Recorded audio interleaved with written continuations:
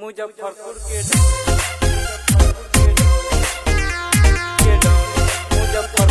Down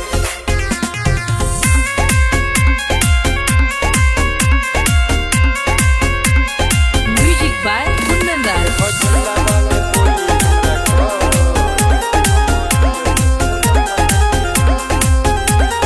जिलावा में बोली हमरा कौन हम हियो मुजफ्फरपुर के डॉन।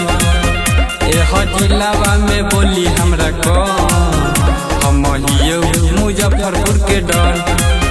बाती के करा में इतना दम रोक दी हमारा के कौन। हरदम राखिले हाथवा में गन हम हियो मुजफ्फरपुर के डॉन।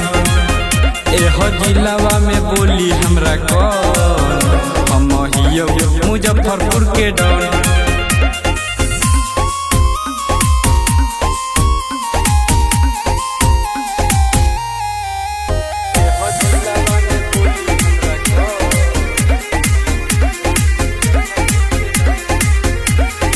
जंगल में राज चलेला नु बाघ के, जिला में रंगदारी चली रंगबाज के।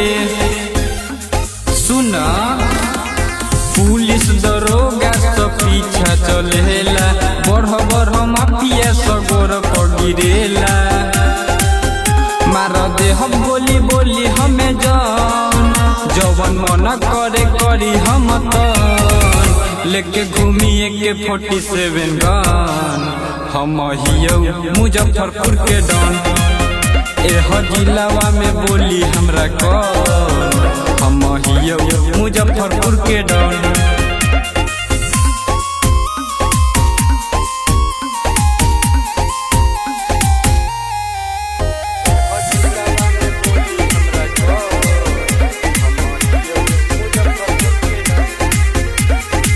ढेर जना के हम देख ले बानी, हमारे नाम से मचेला तबाही।